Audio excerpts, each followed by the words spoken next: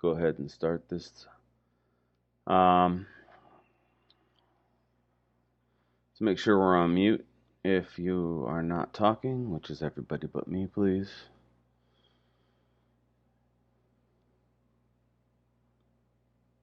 There we go. All right. Today we have a couple things due. Let's talk about those. First thing, for those of you who left the Flipgrid last night, thank you very much. Those are due every day.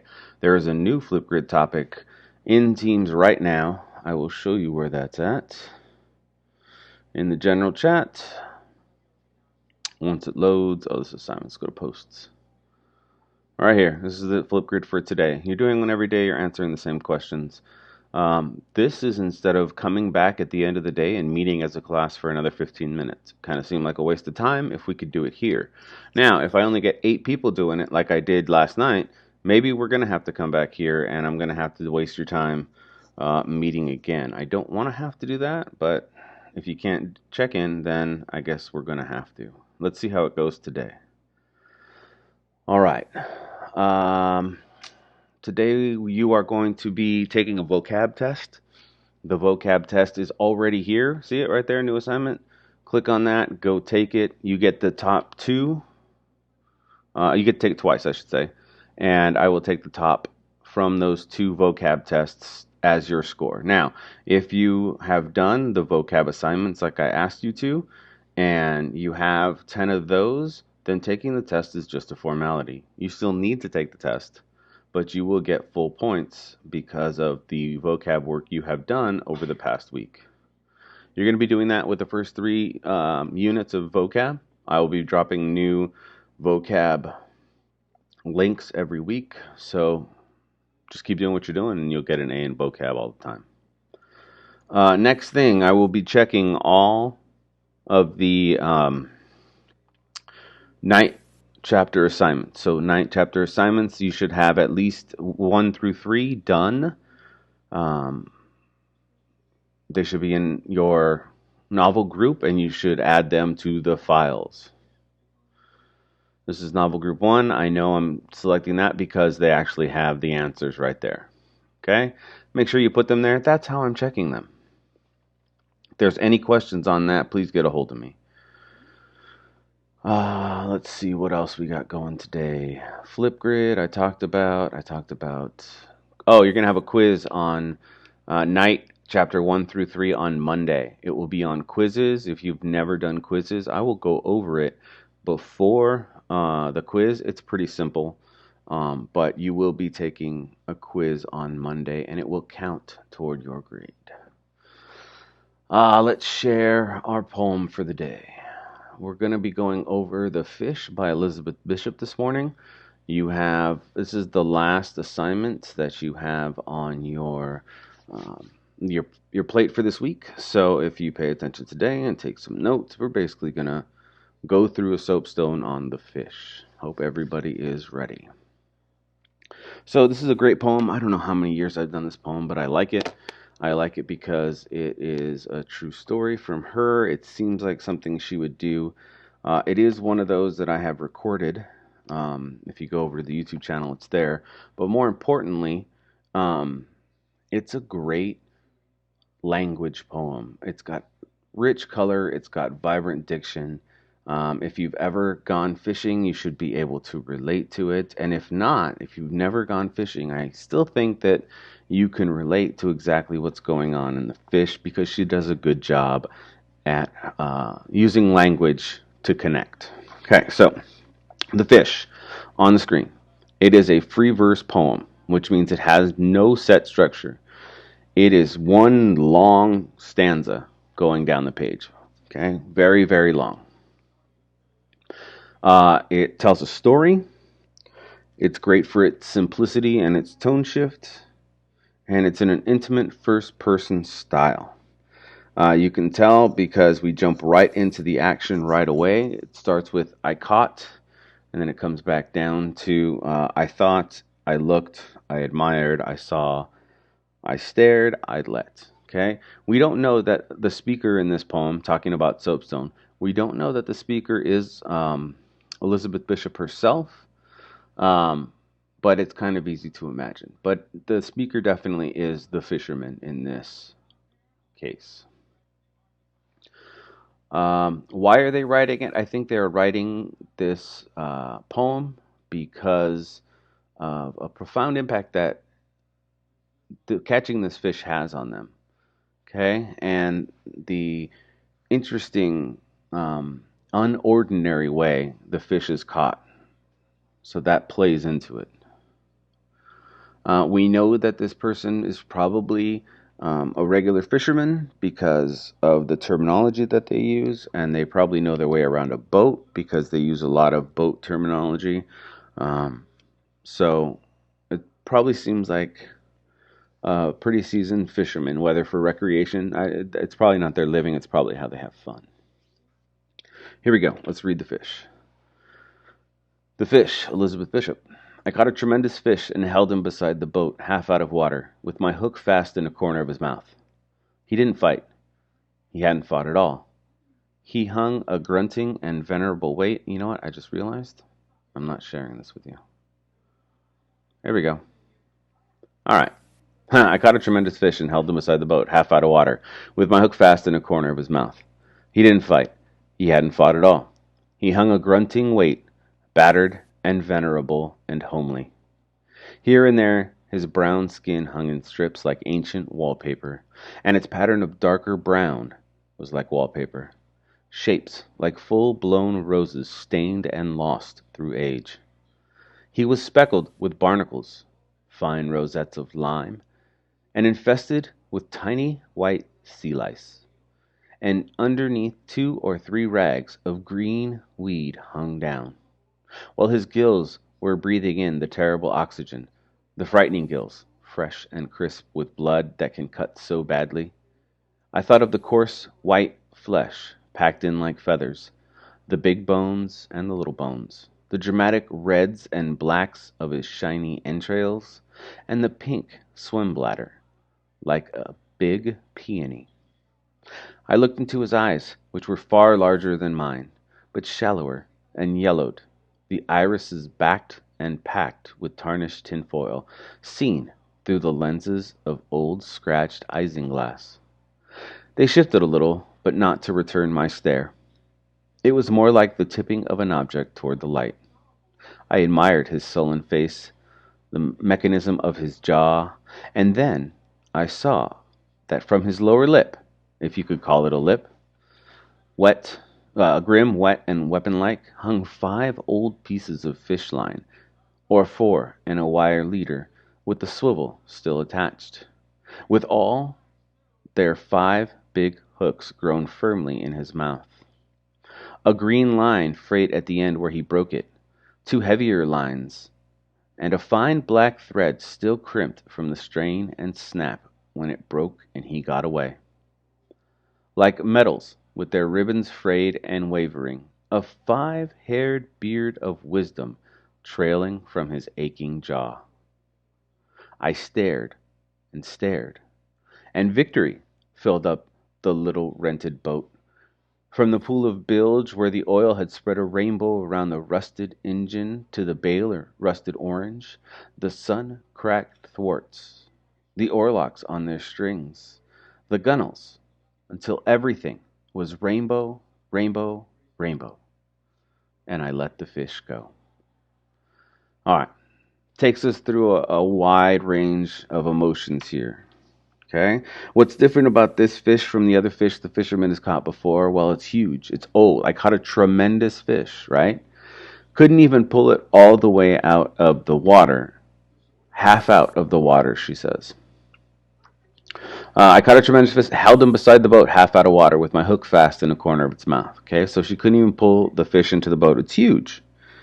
Her wonder increases the more she looks at it, right? Sorry, fixing my... All right. Stupid thing. All right, her wonder increases the more she looks at it because it's old, it's obviously huge, and it's lived probably a pretty long life, right? She goes into great detail about what the fish looks like. Strips of brown skin, ancient wallpaper. She does a lot with color here that is very good. Okay, we start with brown with the wallpaper, and then we talk about full-blown roses lost through age. We talk about fine rosettes of lime, tiny white sea lice, green weed hung down, the frightening gills fresh and crisp with blood, obviously red, coarse white flesh, dramatic reds and blacks of his shiny entrails, and the pink swim bladder. She's painting you a visual picture here, and she does that very well. Why is she painting this picture? Um, for relatability, right? To get you, to put you there, to make sure that you understand all the things that are going on, and because she feels that she needs to paint this picture to put you in the um, the mindset of being the person catching this fish. Okay, it's about relatability, and it's about uh, bringing you the imagery in the moment. After the pink swim bladder, we go yellower irises, tarnished tinfoil, old scratch isinglass. Isinglass is, if you've ever been on a boat, it's not real glass. It's that almost plastic-like glass that they put around the backside of boats so that you can see through it.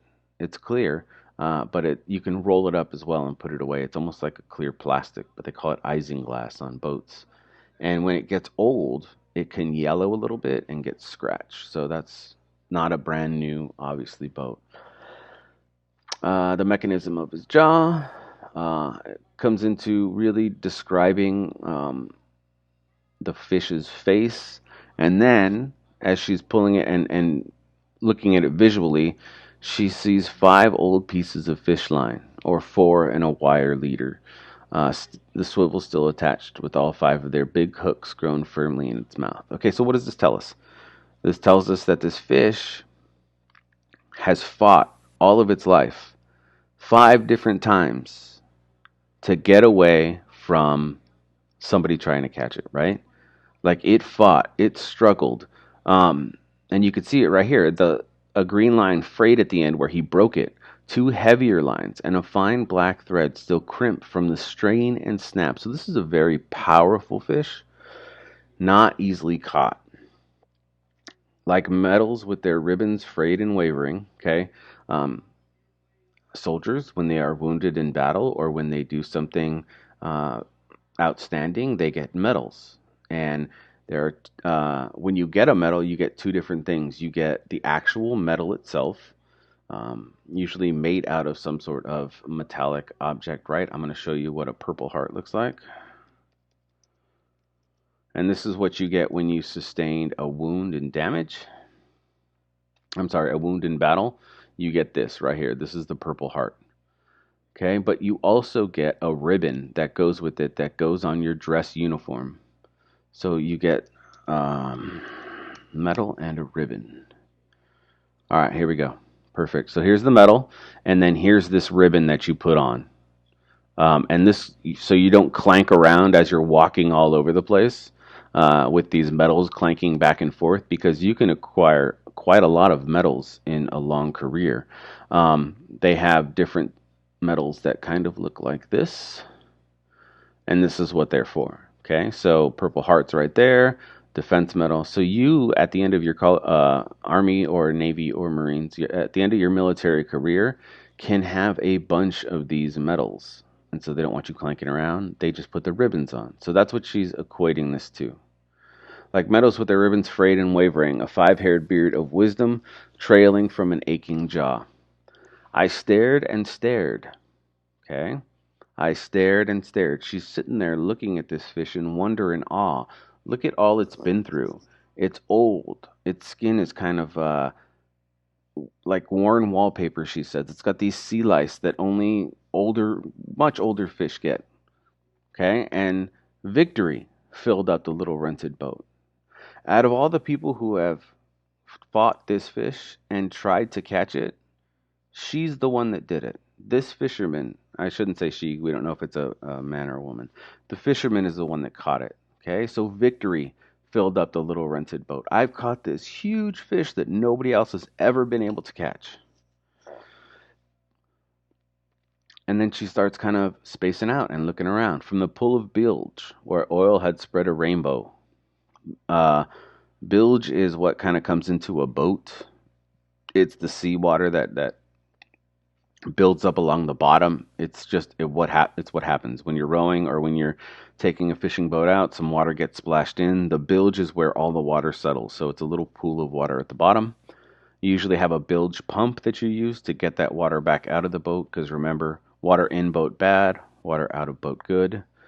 Where the oil, because there's obviously an engine, had spread a rainbow around the rusted engine to the baler, rusted orange. Lots of imagery and colors coming in through here. So engines run on oil, oil leaks. If you've ever looked at oil on top of water, it creates a sheen on top of the water, and when the sun hits it, it can have a prismatic effect that makes it look like a rainbow of colors sitting on top of the water. It's actually quite beautiful, but that's what she's looking at. She's looking at the fish. She's kind of in awe. She's kind of looking all over the place. The sun cracked thwarts. Thwarts are what hold the oars in so that they don't fall into the water. And obviously this boat is old. It's rusted engine. Sun cracked thwarts. Oar locks are what the oars go through. The gunnels, until everything was rainbow, rainbow, rainbow. Okay, so it's overcoming her, the sense of achievement and all the imagery and the sensory, it's just overloading for her. And the last one, and I let the fish go. So why? Why did she let the fish go? That's a good question. Okay, let's go back to the beginning, because there's a huge clue right here. I caught a tremendous fish and held him beside the boat. He didn't fight. He hadn't fought at all. I think that's why she lets the fish go. In my interpretation of it, yes, it's this old and ancient and huge fish, and look at all it's been through in its life, and it got away 5 times. And it's a huge honor to catch a fish this big, but he didn't fight. He hadn't fought at all. Is it the same honor and privilege to catch this fish when it didn't fight? When she didn't put as much work or effort or achievement into it as these 5 fishermen who it got away from? So I stared, and victory filled the little boat from the pool of binge to the oil, where the oil had spread a rainbow. Okay? She's starting to think about everything around her and the circumstance. And if she really was the one to land this huge fish that nobody ever landed, is it still an honor to do it when he didn't fight, he hadn't fought at all? Lots of things to think about there. So, in the end, I think it's a little bit of lack of accomplishment and a little bit of mercy that leads to her letting the fish go. A little bit of the combination of the two there together. Purpose of the poem: why would the author write?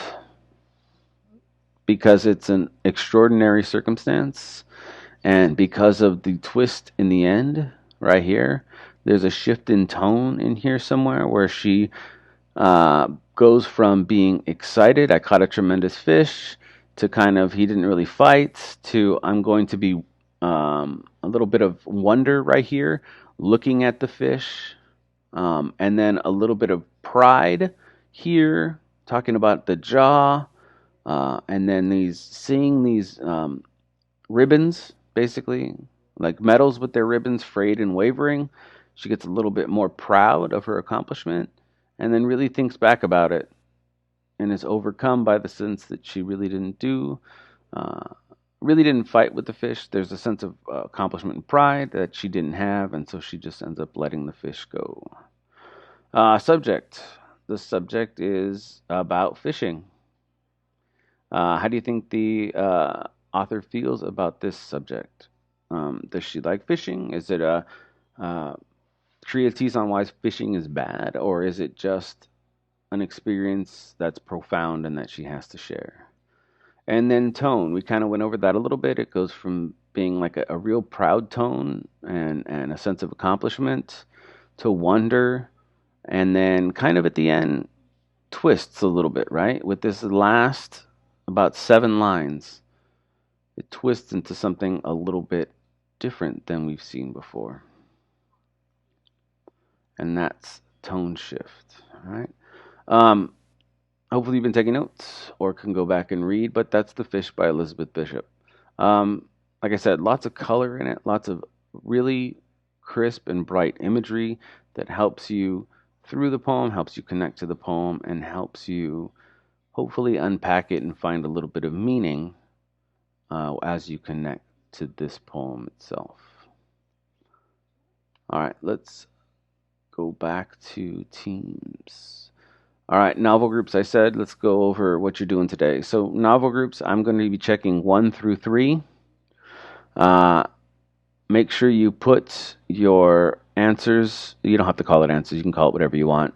In the files, I will be checking these right here.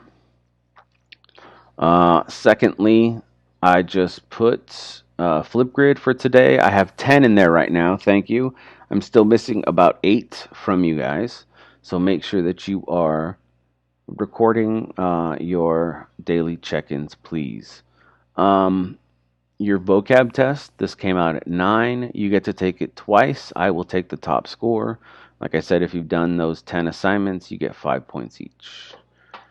If you have any questions, drop them in the chat. This is mostly going to be a day for you to finish completing your work. Let's go to your assignments. Poetry, this is due today. The Fish, night pre-reading was due a while ago. Vocab Unit 1, due today. Poetry for Collins. That's the intro to poetry we did on, I think it was Tuesday. Short story, Contents of the Dead Man's Pocket. This one not. I'm going to go ahead and move this to next week so we can talk about it. Let's move it to the 19th instead. You don't need to get that done for today. All right. Vocab Test. That's the one I just passed out. Most Dangerous Game. We talked about that yesterday. Make sure that you turn those questions in today. Now, a lot of people are having problems with this. Hey, guys, if you're having problems opening, if this doesn't want to let you edit, fine. Just attach another one to it. It should be okay. All right? Create a new document, and when you go to turn it in, attach it. You should be fine. Let's go back. And then short story 2, that's Mask of the Red Death. We're doing that next week. That's for week 2. So, Most Dangerous Game. On your study guide, sorry. Most Dangerous Game, Night Study Guide, Vocab Test, Short Story 1, Poetry 1, Poetry 2, and this vocab for Unit 1. That's just a test, and the other assignments that you've done. You're going to have the rest of today to go ahead and finish those at midnight tonight. It will be due. After that, it's late, so make sure you get them in sometime today. Jump into your novel groups right now, and let's get started with finishing up all the stuff you need to do. Oh yeah, assignment date's been changed. Don't worry about it. You don't need to send me the test results to see it, because after you take your quiz, you go to, I'm going to show you, let me show you somebody's. I get an email when it gets submitted, and I'm going to show you exactly what that looks like when I get that email. Vocab tests.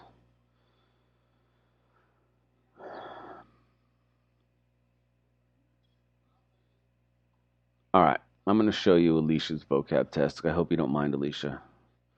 I'm going to share.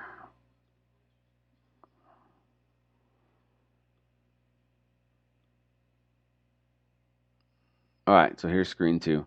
This is Alicia's vocab test. I know that because she put her name up here at the top. When you get this screen, it allows you to put a name, and then at the bottom, it allows you to put my email address to send me this test result. Okay, so make sure that you put my email address in the bottom there. It's tcovington@bassettusd.org. tcovington@bassettusd.org. If you need me to drop that in the chat, I will, but this is how I can tell exactly what you get. Okay? Everything from today, I will count toward. So she did this today. Okay, that's how I can tell that that is going on. Any other questions before I get going? All right, into your novel groups. Let's get work started. I will leave this meeting open, so if you have any other questions, you can come back and ask. Other than that, I hope you guys have a good day. Let's get that work done. Let's get that flip grid done, and let's move one day closer. This is week 1 down of 3. We're a third of the way there. Have a good day, guys.